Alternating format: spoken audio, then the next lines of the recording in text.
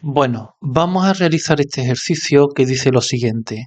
Dada la función y igual al logaritmo neperiano del valor absoluto del logaritmo neperiano del valor absoluto de x, realice su estudio completo y represente su gráfica. Bueno, venga, pues yo creo que esto es un ejercicio muy sencillo. ¿Mm? Bien, lo primero que vamos a estudiar es el dominio de definición de nuestra función, ¿vale? Dominio de definición. Bueno, a ver, lo primero está claro, que, bueno, para que esta función esté bien definida, evidentemente el valor absoluto de x tiene que ser estrictamente positivo, ¿vale? Y eso lo que significa que x tiene que ser distinto de cero, ¿vale? Por otro lado, como nuestra función es igual al logaritmo neperiano del valor absoluto del logaritmo neperiano del valor absoluto de x, este argumento evidentemente tiene que ser estrictamente mayor que cero. Y para que esto sea estrictamente mayor que cero, pues el valor absoluto del logaritmo neperiano de x no puede ser cero, tiene que ser distinto de cero, evidentemente, ¿vale? Y esto ocurre si solo si el logaritmo neperiano del valor absoluto de x es distinto de cero, ¿vale? Y esto ocurre si y solo si el valor absoluto de x es distinto de 1 y esto ocurre si y solo si x es distinto de más menos 1, ¿vale? Por tanto, está claro que el dominio de definición de nuestra función f es todo r menos el 0, el 1 y el menos 1, ¿vale? Por tanto, a ver, eso significa, ¿vale? Pues que nuestra función pues va a estar definida en todo r, salvo el 0, salvo el 1 y salvo el menos 1, ¿vale? De hecho, si nos vamos a las... bueno, antes que nada vamos a estudiar la simetría.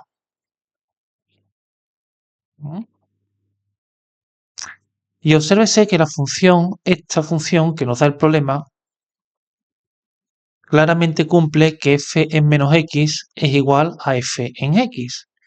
Y esto lo que implica es que nuestra función f es par, ¿vale? Y si nuestra función f es par, ya sabemos que nuestra función va a ser simétrica respecto del eje de ordenadas, respecto del eje OI, ¿vale?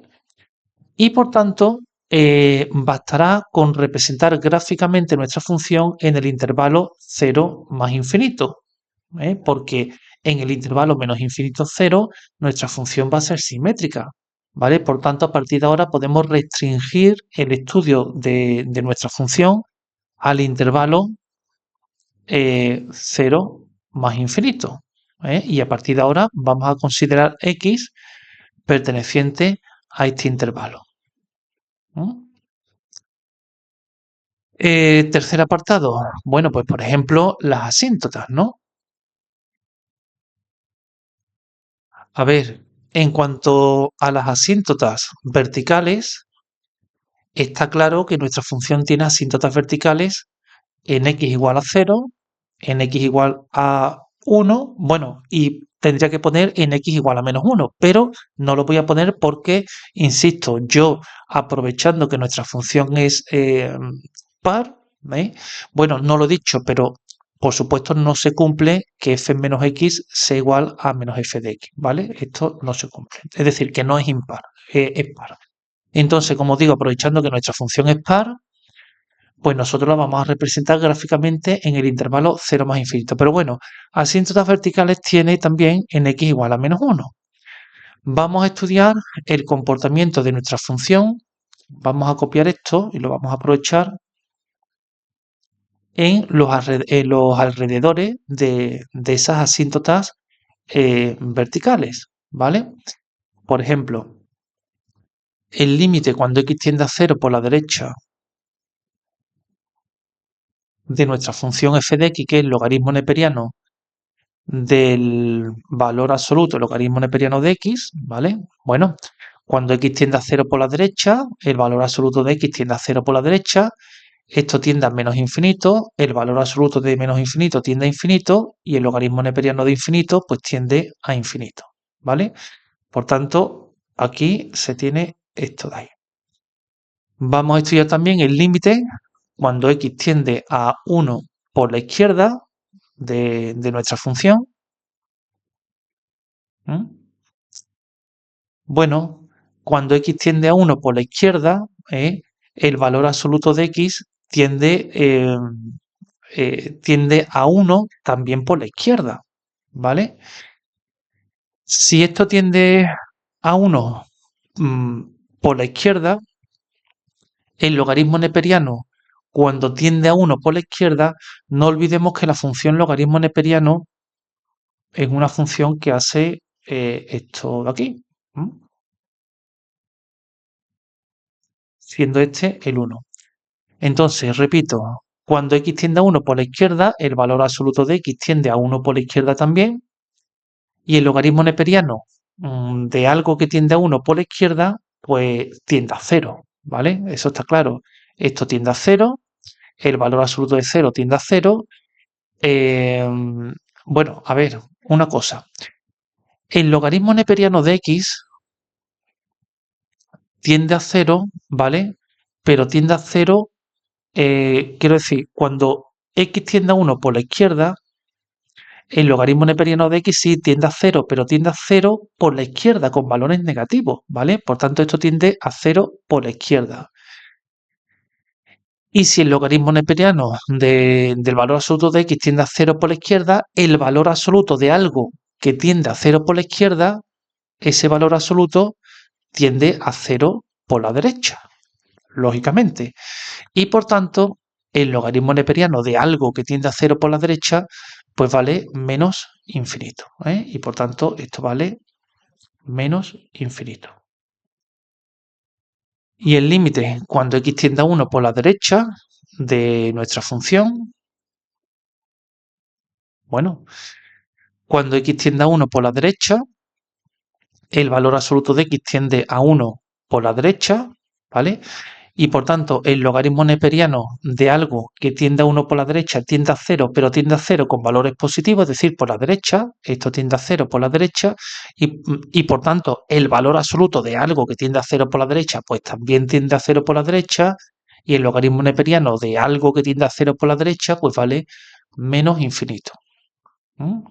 Menos infinito. Y por tanto, la función hace algo así. ¿Vale? Bueno, insisto en que lo estoy representando en el intervalo 0 más infinito porque a la izquierda nuestra función es simétrica, porque es par, ¿vale? Bueno, voy a copiar esto de aquí. Estos son las asíntotas verticales. Vamos a estudiar ahora las asíntotas horizontales. Bueno, para las asíntotas horizontales, pues, a ver, asíntotas horizontales, voy a estudiar el límite cuando x tiende a más infinito de nuestra función.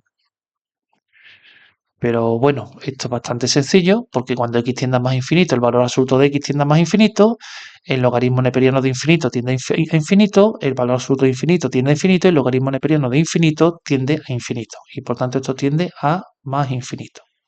¿Vale? Voy a ponerlo así. No sé si es cóncava o convexa, eso lo estudiaré después, pero bueno, de momento lo voy a representar más o menos de esta manera. ¿Vale?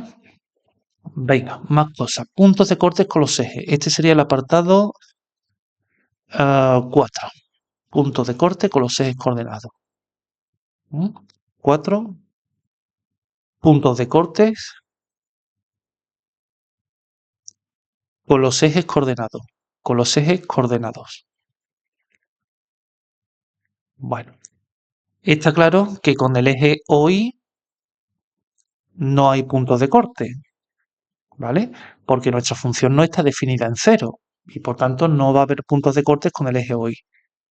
En cuanto al eje OX, a ver, nuestra función mm, valdrá cero, ¿vale? Si, solo si, insisto, que la función logaritmo neperiano es una función que hace así y vale cero solo en uno, ¿vale?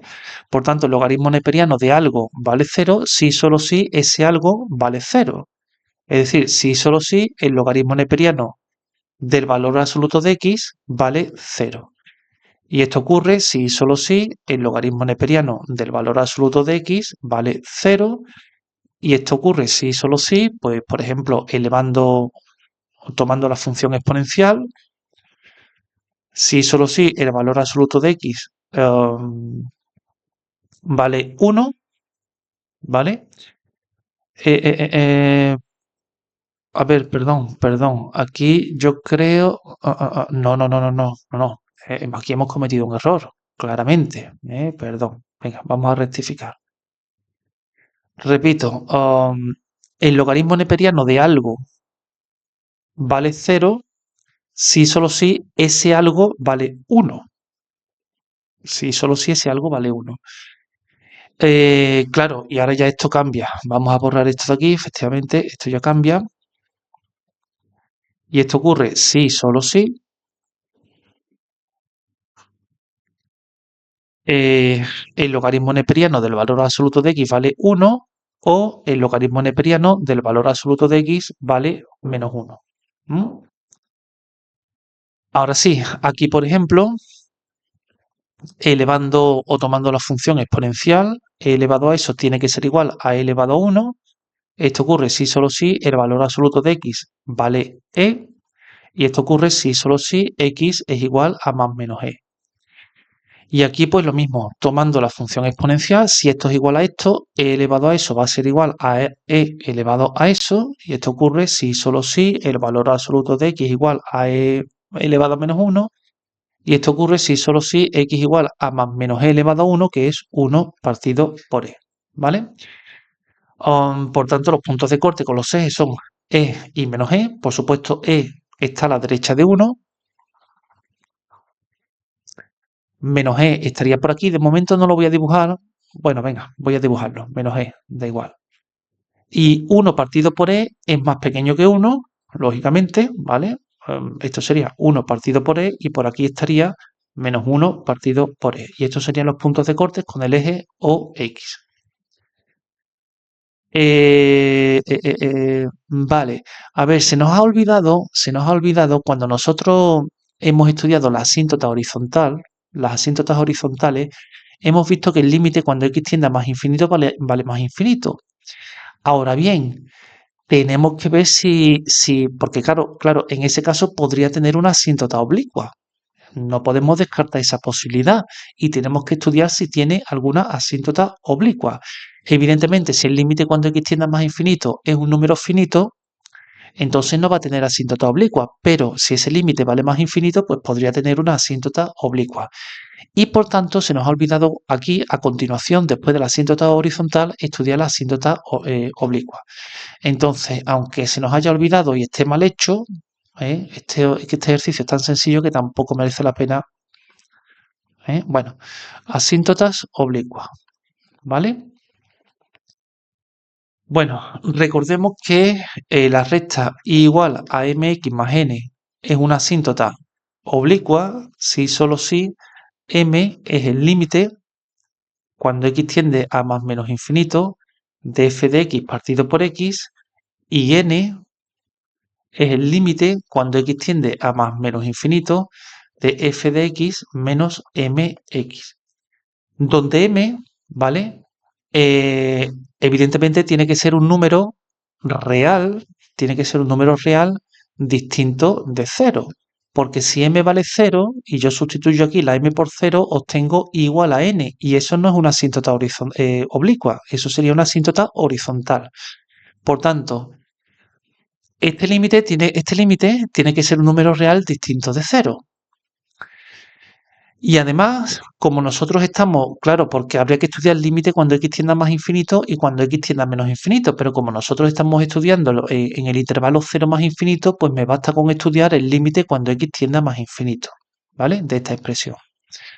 Entonces, vamos a ver cuánto vale el límite cuando x tiende a más infinito de f de x partido por x, ¿vale? Pues esto va a ser el límite cuando x tiende a más infinito. F de x es el logaritmo neperiano del valor absoluto de x partido por x. Claro. A ver, aquí tenemos que tener a ver, observemos lo siguiente. Este límite, cuando x tiende a más infinito, el valor absoluto de x tiende a más infinito, logaritmo neperiano de infinito tiende a infinito, valor absoluto de infinito es infinito, y logaritmo neperiano de infinito vale infinito. Y por supuesto x tiende a infinito. Esto sería una indeterminación que habría que resolver aplicando la regla del L'Hopital.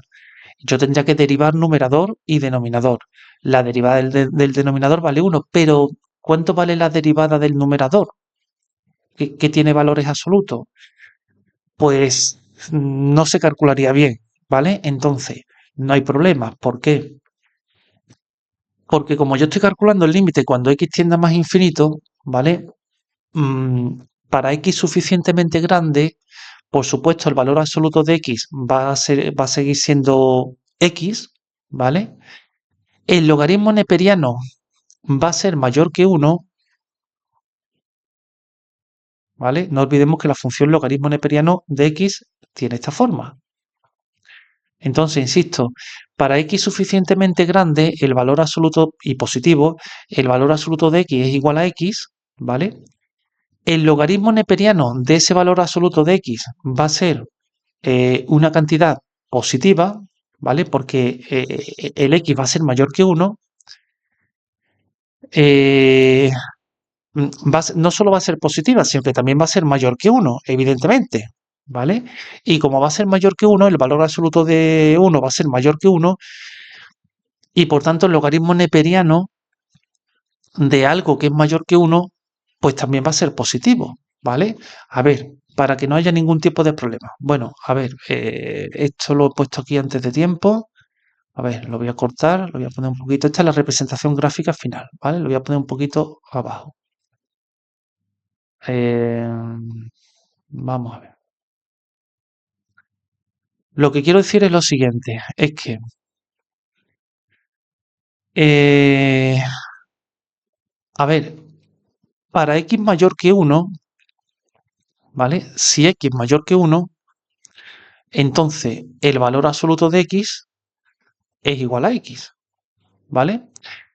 Y por tanto, el logaritmo neperiano del valor absoluto de x es el logaritmo neperiano de x, ¿vale? Pero claro, como x es mayor que 1, el logaritmo neperiano de x, como x mayor que 1, es positivo, ¿vale? Y como es positivo, el valor absoluto del logaritmo neperiano del valor absoluto de x, que es el valor absoluto del logaritmo neperiano de x, insisto, como logaritmo neperiano de x, o sea, como x es mayor que 1, el logaritmo neperiano de x es mayor que 0, por tanto su valor absoluto es, eh, es mayor que 0, ¿vale? Eh, claro, y si el logaritmo neperiano de x es mayor que 0, eh, pues el valor absoluto de... Verás, es que esto es tan sencillo. El valor absoluto del logaritmo neperiano de x es el logaritmo neperiano de x, ¿vale?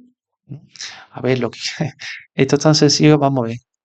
El logaritmo neperiano del valor absoluto del logaritmo neperiano del valor absoluto de x, ¿vale? Para x mayor que 1, realmente me interesa para x suficientemente grande, ¿vale? Porque yo estoy calculando el límite cuando x tiende a más infinito, pero bueno, me vale con que x sea mayor que 1, ¿vale? Porque si x es mayor que 1, el valor absoluto de x evidentemente es el valor absoluto de x, ¿vale? Esto sería el logaritmo neperiano de x. Y ahora, como x es mayor que 1, el logaritmo neperiano de x es mayor que 0, ¿vale? Y por tanto, el valor absoluto del logaritmo neperiano de x es el logaritmo neperiano de x, ¿vale? Por tanto, esto sería el logaritmo neperiano del logaritmo neperiano de x. Es decir, que para x suficientemente grande, de hecho, para x mayor que 1, nuestra función ¿eh? realmente se expresa de esta manera. ¿eh? Y por tanto, ahora sí, como nosotros estamos calculando el límite cuando x tiende a más infinito, pues esto sería el límite, vamos a hacerlo bien, esto sería el límite cuando n tiende a infinito del logaritmo neperiano de x partido por x, que esto es infinito partido por infinito, que esto es una indeterminación, que aplicando la regla del L'Hopital, ¿vale? Esto sería el límite, bueno, he puesto n cuando x, esto sería el límite cuando x tiende a infinito. A ver, la derivada de esta función es 1 partido por el logaritmo neperiano de x por la derivada del logaritmo neperiano de x, que es 1 partido por x, ¿vale? Y todo ello partido por 1, que ni siquiera lo pongo. Claramente, cuando x tiende a infinito, esto tiende a infinito, esto tiende a infinito, esto tiende a 1 partido por infinito, que es 0. Entonces, observemos que lo que estamos diciendo es que el límite cuando x tiende a más infinito de esta expresión vale 0. Y por tanto, eso significa que nuestra función no tiene asíntotas oblicuas. Porque si tuviera asíntotas oblicuas, ese límite tendría que ser tendría que ser un número real distinto de 0. ¿Vale? Bueno. A ver, no lo he dicho, ¿vale? No lo he dicho, pero evidentemente, eh, nuestra función es continua y derivable en todo su dominio de definición, por composición de funciones continuas y derivables, ¿vale? De hecho, no solo es derivable, sino que es infinitamente derivable. ¿eh? Entonces, esto, bueno, lo podemos poner aquí. A ver, de hecho lo deberíamos de haber puesto antes porque aquí hemos utilizado la derivada. Y si hemos utilizado la derivada es porque sobreentendemos que es derivable. Entonces, yo aquí pondría lo siguiente. Además, f es continua e infinitamente derivable en su dominio de definición, en su dominio de definición, por composición de funciones, por composición de funciones continuas e infinitamente derivables, ¿vale? Infinitamente derivables. Muchas veces un ejercicio es tan sencillo que uno quiere hacerlo muy rápidamente y se salta algún pequeño paso, ¿vale? Pero bueno, ya está. Incluso podría haber añadido aquí un apartado titulado continuidad y derivabilidad, ¿vale? Bueno, evidentemente en x igual a 0, en x igual a 1 y en x igual a menos 1 no es ni continua, por supuesto no es continua, pero tampoco es derivable, porque si fuese derivable sería continua. Y evidentemente no es continua ni en menos 1, ni en 0, ni en 1. Bueno, venga, avanzamos. Ya tenemos de momento esto de aquí. Lo voy a copiar y lo voy a pegar. ¿Mm? ¿Qué más cosas podemos y debemos de estudiar? Pues está claro, la monotonía, ¿eh? El crecimiento y el decrecimiento de nuestra función. Este sería un apartado 5, ¿vale? Monotonía. Y ya sabemos que para estudiar la monotonía de una función, pues tenemos que estudiar el signo de su derivada primera, ¿vale? Nuestra función es la función f de x igual al logaritmo neperiano del valor absoluto del logaritmo neperiano del valor absoluto de x. Claro, yo ahora sé que tengo que derivar esta función, ¿vale? Y tengo valores absolutos. Por tanto, ahora sí que me interesa claramente expresar nuestra función sin valor absoluto.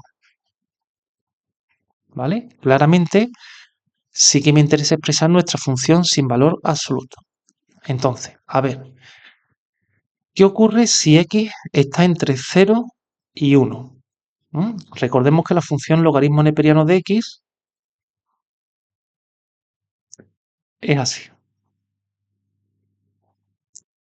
Esta es la función igual al logaritmo neperiano de x. Bueno, si x está entre 0 y 1, si x pertenece al intervalo 0, 1,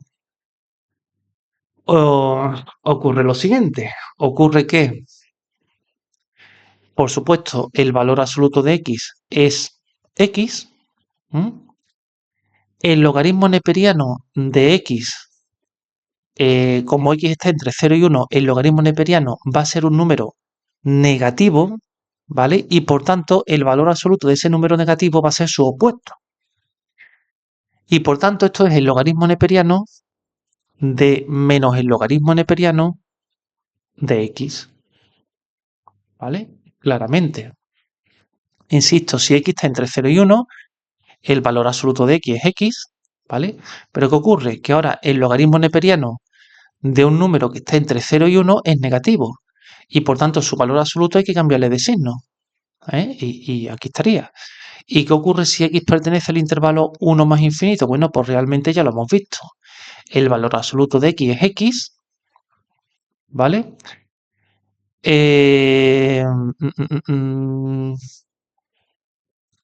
Bueno, a ver, una cuestión. Aquí ya no está tan claro, ¿vale? Aquí yo creo que tenemos que distinguir, efectivamente, aquí hay que distinguir lo siguiente. Vamos a ver. Sí, hay que distinguir si x pertenece al intervalo 1e. A ver, el logaritmo neperiano en e vale claramente 1, ¿vale? Entonces, a ver, si x está entre 1 y e, por supuesto el valor absoluto de x es x. El logaritmo neperiano de un número que está entre 1 y e está comprendido entre 0 y 1, ¿vale? Y por tanto su valor absoluto está comprendido también entre 0 y 1. Y por tanto el logaritmo neperiano es, bueno, y el logaritmo neperiano, perdón, a ver, si x está comprendido entre 1 y e, lo voy a poner aquí, si x está comprendido entre 1 y e, esto vale x, porque el valor absoluto de x es x. Y el logaritmo neperiano de, de un número que está comprendido entre 1 y e, el logaritmo neperiano es un número, pues ya lo estamos viendo, positivo. Y por tanto el valor absoluto es el mismo. Es decir, que esto sería el logaritmo neperiano del logaritmo neperiano de x. ¿Vale? Bueno, a ver, en realidad no hacía falta distinguir.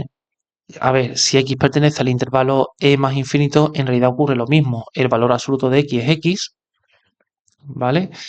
El logaritmo neperiano de un número mayor que e es positivo y por tanto su valor absoluto es el mismo, ¿vale? Luego en realidad, a ver, yo pensaba que iba a hacer falta hacer esa distinción, pero no hace falta, ¿vale?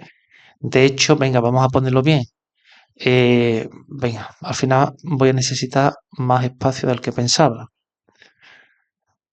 Bueno, pues nada, estas cosas pasan. ¿Mm?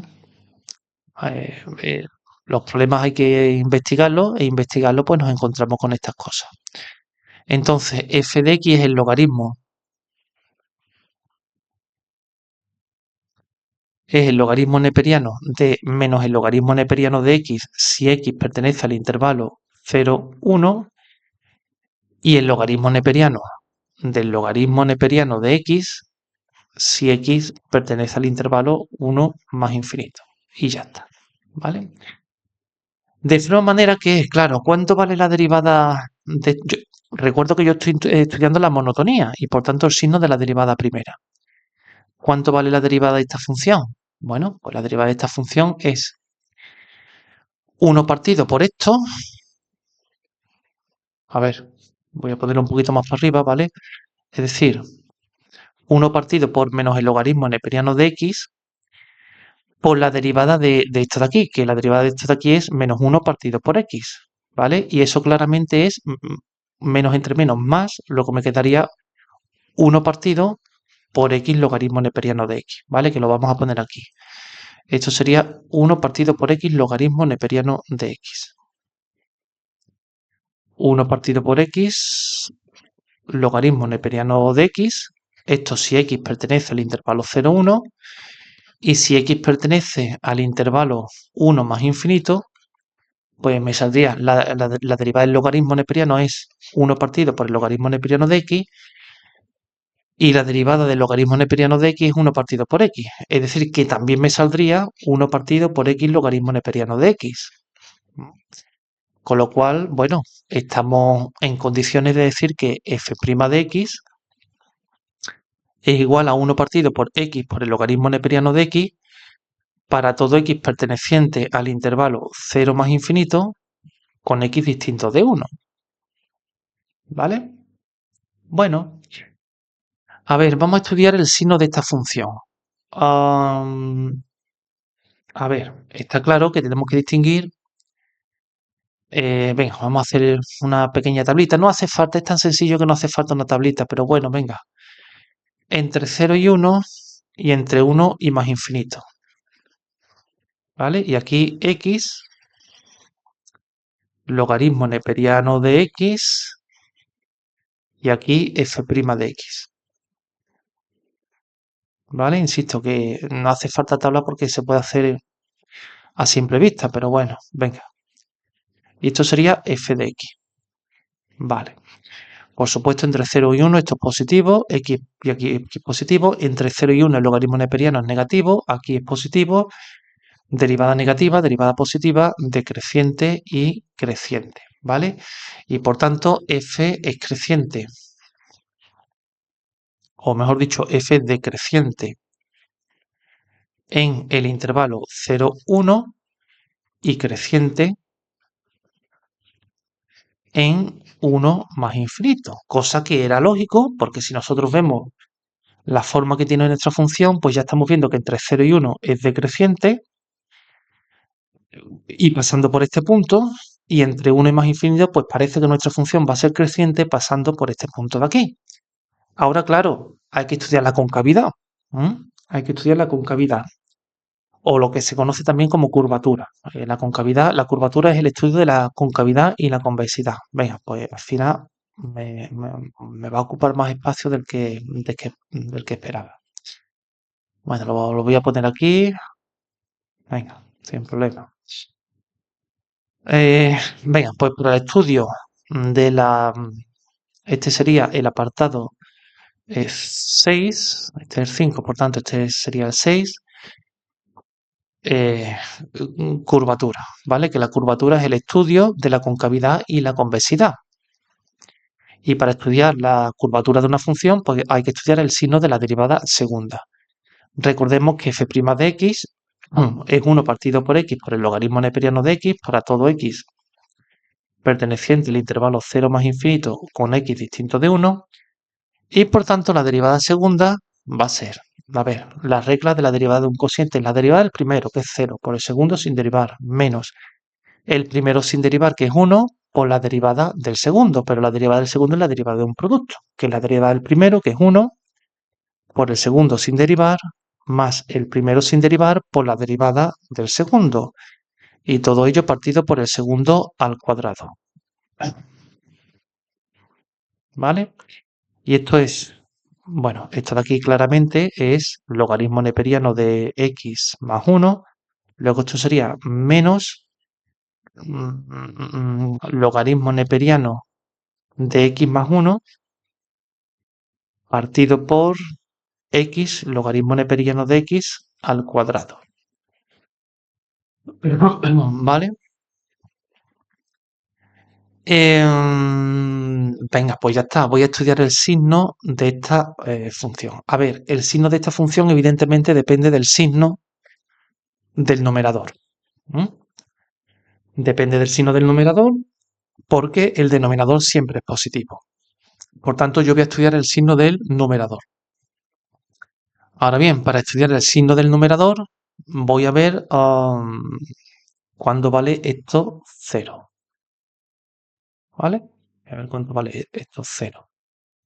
Bueno, logaritmo neperiano de, a ver, logaritmo neperiano de x más 1 es igual a 0. Si solo si logaritmo neperiano de x es igual a menos 1, y esto ocurre si solo si, tomando la función exponencial, x igual a e elevado a 1, que es 1 partido por e, ¿vale? Por tanto, parece que tenemos que tener en cuenta, bueno, pues el intervalo que va desde 0 hasta 1 partido por e y desde 1 partido por e hasta más infinito, ¿vale? Claro, mm, desde 1 partido por e hasta más infinito, teniendo en cuenta que en el 1 nuestra función no está definida, ¿vale? Entonces, venga, haciendo las cosas lo mejor posible, a ver, una tablita pues sería la siguiente. A ver, venga, desde, desde menos infinito hasta 1 partido por e, desde 1 partido por e hasta 1, porque en el 1 nuestra función no está definida, y desde 1 hasta más infinito, ¿vale? Bueno,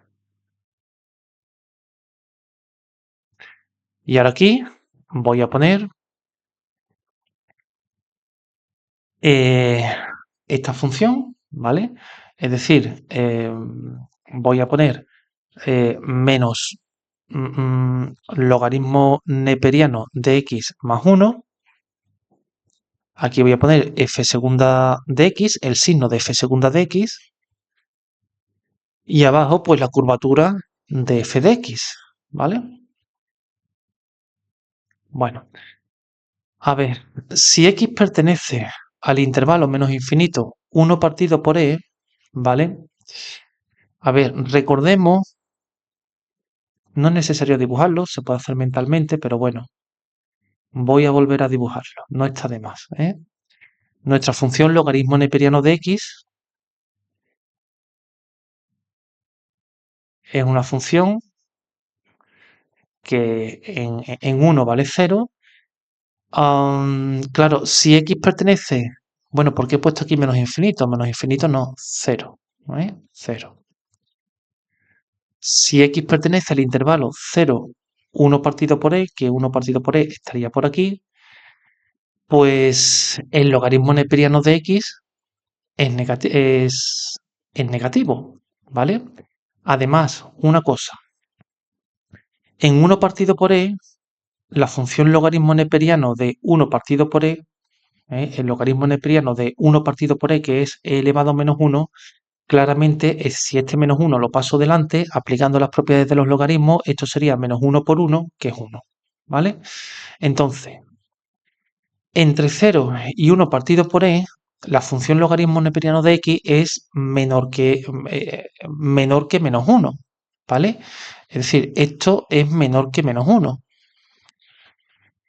Y por tanto, un número que es menor que menos 1 más 1 es negativo y con un menos delante es positivo, ¿vale?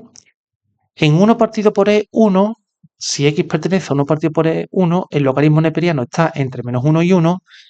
Esto está entre menos 1 y 1, que si le sumo 1 es positivo, con un menos delante es negativo. Y lo mismo ocurre aquí. Y por tanto, f segunda aquí va a ser positivo, negativo y negativo. Aquí, por tanto, nuestra función va a ser cóncava, aquí va a ser convexa y aquí va a ser también convexa, ¿vale? Entonces, venga, vamos a echar esto un poquito más abajo. Este es un ejercicio un poquito largo, pero muy sencillo, ¿vale? Entonces, con todo lo que tenemos, vamos a representar gráficamente, a ver, nosotros lo que teníamos hasta ahora era esto de aquí. Lo voy a copiar y lo voy a pegar. Esto era lo que teníamos de momento, ¿vale? Venga, venga. Entonces, a ver, vamos a intentar representarlo gráficamente lo mejor posible, tomando esa referencia. Bueno, ya sabemos que en el 1 hay una asíntota vertical Claro, entre 0 y 1, nuestra función ya vimos que era decreciente. Y además de que es decreciente, entre 0 y 1 partido por e hemos visto que es cóncava, y entre 1 partido por e y 1 es convexa. ¿Eso qué significa? Eso significa que nuestra función, de forma aproximada, tiene un punto de inflexión en 1 partido por e,